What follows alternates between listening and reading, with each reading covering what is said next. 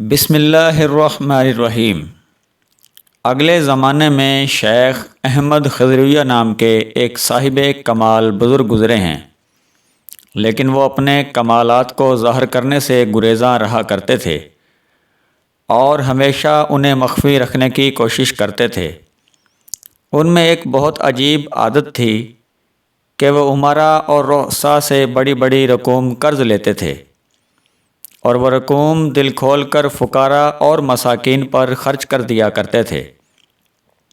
اسی قرض کی رقم سے شیخ احمد خضرویہ نے ایک بہت بڑی خانقاہ بھی بنوائی، جس میں اہل عشق آ کر ٹھہرتے تھے، اور شیخ ان کی خدمت میں کسی قسم کی بخل سے کام نہیں لیتے تھے۔ اس کے ساتھ ساتھ یہ امر بھی قابل حیرت ہے کہ حق تعالیٰ انہیں ہر جگہ سے قرض دلوایا کرتا۔ جس صاحب حیثیت سے آپ قرض مانگتے وہ کبھی انکار نہیں کرتا تھا، اور نہ ہی یہ پوچھتا تھا کہ اے شیخ میری رقم کب واپس دو گے۔ غرض شیخ صاحب نے ایک طویل مدت اسی طرح قرض لیتے اور اسے راہ حق میں خرچ کرتے ہوئے گزار دی۔ وہ اپنے پاس ایک بھی روپیہ رکھنا حرام سمجھتے۔ آخر ان کی عمر کی پونجی ختم ہوئی اور آخری دم آ پہنچا۔ مرض الموت نے اپنے پنجے گاڑنے شروع کر دیے تو شیخ کے مریدین نے واویلا کرنا شروع کر دیا۔ خدا کی کرنی دیکھیے کہ یہ خبر شیخ صاحب کے قرض خواہوں پر بھی بجلی بن کر گر پڑی۔ ایک ایک کر کے وہ بھی حجرے میں آتے چلے گئے اور لگے رقم کا تقاضا کرنے۔ ادھر شیخ خضرویہ بجھی ہوئی شمع کی طرح ممٹا رہے تھے۔ ادھر قرض خواہوں کا گھیرا تنگ اور تعداد میں اضافہ ہوتا چلا جا رہا تھا۔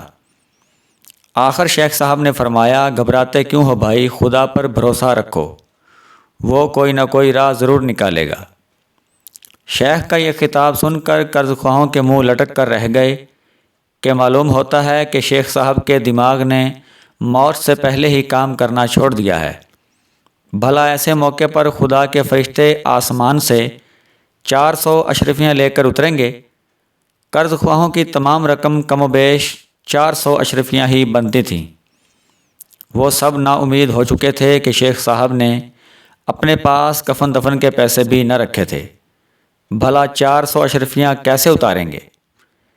شیخ نے ان کی چیمگوئیاں سن کر ارشاد فرمایا کہ مایوس نہ ہو، ان امراء حضرات کی ذہنی مفلسی پر مجھے حیرت ہے۔ انہیں اس خدا کی ذات پر بھروسہ نہیں جس نے انہیں اتنا کچھ دکھا رکھا ہے۔ فرماتے ہیں بھلا خدا کہاں سے فرشتے کو بھیجے گا تاکہ وہ 400 اشرفیاں لا کر ان کے حوالے کرے؟ اے بد نصیب لوگو، میرا خدا ہر معجزے پر قادر ہے، تم صبر تو کرو۔ ابھی شیخ یہ خطاب فرما ہی رہے تھے کہ گلی میں سے ایک حلوہ فروش کی آواز سنائی دی، تازہ حلوہ، میٹھا حلوہ، گرم حلوہ۔ حضرت خضرویہ نے اپنے خادم کو حکم دیا کہ جاؤ اس حلوہ فروش لڑکے سے سارا حلوہ خرید کر ان قرض خواہوں کی خدمت میں پیش کر دو۔ بہرحال یہ ہمارے مہمان ہیں اور ان کی تواضع ہمارا فرض ہے۔ شیخ کا حکم پاتے ہی خادم گلی میں گیا اور حلوہ فروش لڑکے سے حلوے کے سارے تھال کے دام پوچھے۔ لڑکے نے کہا 1/2 دینار اور 5 درہم۔ خادم نے کہا ہم فقیروں اور درویشوں سے ناجائز منافع مت لو، 1/2 دینار کی قیمت میں تمام حلوہ ہمیں دے دو۔ حلوہ فروش نے کہا بہت بہتر ہے جناب، لے لیجئے۔ خادم نے وہ تھال اس سے لیا اور شیخ صاحب کے سامنے لا کر پیش کر دیا۔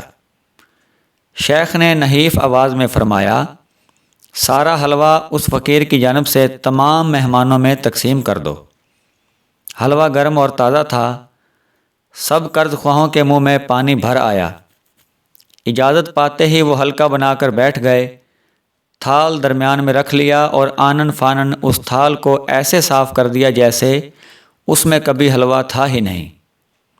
تھال خالی ہوتے ہی حلوہ فروش لڑکے نے تھال اٹھا لیا اور شیخ صاحب سے کہا حضرت لائیے 1/2 دینار حلوے کی قیمت ادا کر دیں۔ شیخ نے کہا اے بیٹے، پیسے میرے پاس کہاں سے آئے؟ ساری زندگی قرض ادھار پر گزاری ہے، اب آخری وقت آیا ہے، یہ دیکھ کر تمام قرض خواہ تیر جیسی نظروں کی طرف منہ کھولے ہوئے بیٹھے ہیں، تو چاہے تو بھی ان کے درمیان بیٹھ جا۔ شیخ کی یہ بات سننا تھی کہ حلوہ فروش لڑکے کے سر پہ جیسے آسمان ٹوٹ پڑا۔ غصے کے عالم میں اس نے تھال زمین پر دے مارا اور لگا دہائیاں دینے۔ رو رو کر اس نے اپنا برا حال کر لیا، مجھے ٹھگ لیا گیا، میں لٹ گیا، کیا بری گھڑی تھی جو میں اس خانقاہ کی طرف سے گزرا تھا اور آواز لگائی تھی۔ مجھے کیا خبر تھی کہ اس شیخ کے بحروپ میں کوئی ڈاکو بیٹھا ہے۔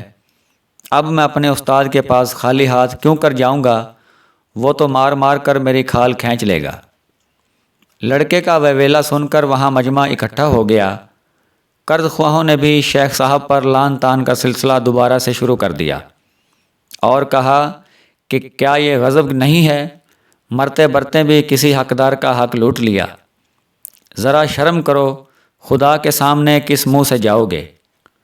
شیخ صاحب سر کو نیچا کیے کمبل تلے یہ سب کچھ صبر و تحمل سے سن رہے تھے۔ ظہر کے وقت تک جب وہ حلوہ فروش لڑکا آہو فغاں کرتا رہا، لیکن شیخ صاحب نے کمال حیرت سے ایک بار بھی اس کی طرف نہ دیکھا اور نہ اس کی کڑوی کسیلی باتوں کا جواب دیا۔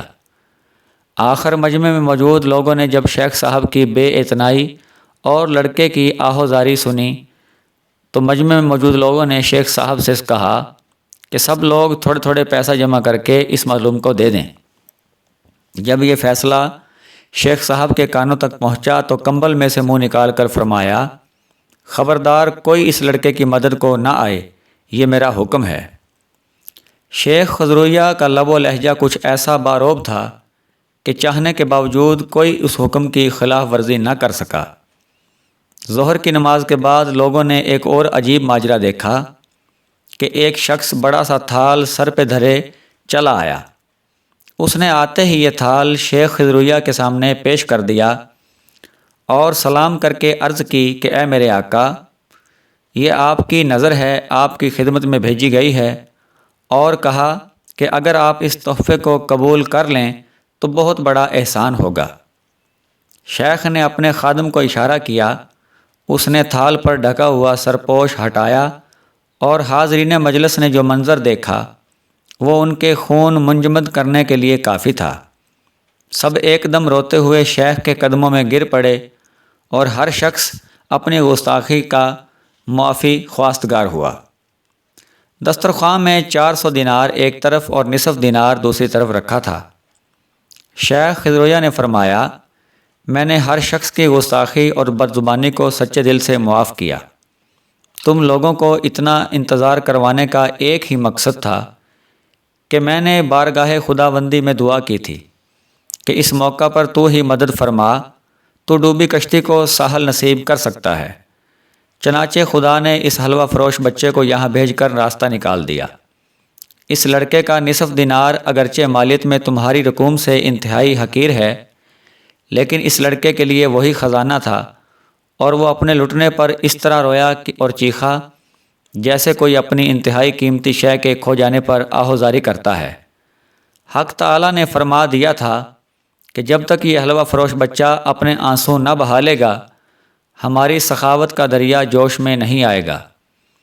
اگر غور کیا جائے تو وہ طفل حلوہ فروش اصل میں کون تھا؟ وہ تیری چشمیں خشک تھی اور خدا کی یاد اور اس کے فضل کی طلب میں رونا بھول چکی تھی۔ مگر جب خدا ہمیں اپنی رحمتوں سے نوازنا چاہتا ہے تو بعض اوقات ہم پر ظاہر میں ایسی مصیبتوں کے طوفان گزر جاتے ہیں کہ لگتا ہے ہم سے مظلوم و بے بس اس دنیا میں کوئی ہے ہی نہیں۔ پھر ہم اسی لمحے سارا تکبر، سارا غم بھلا کر خدا کے روبرو سجدہ ریز ہو کر اپنے حقیر ہونے کا اعتراف کرتے ہیں، اور پھر اس سے اس کی شان کے حوالے دے دے کر اس کی رحمت کو جوش میں لاتے ہیں۔ سجدوں میں گر کر روتے ہوئے دعا مانگنا خدائے بزرگ و برتر کے نزدیک سب سے خوبصورت عمل ہے۔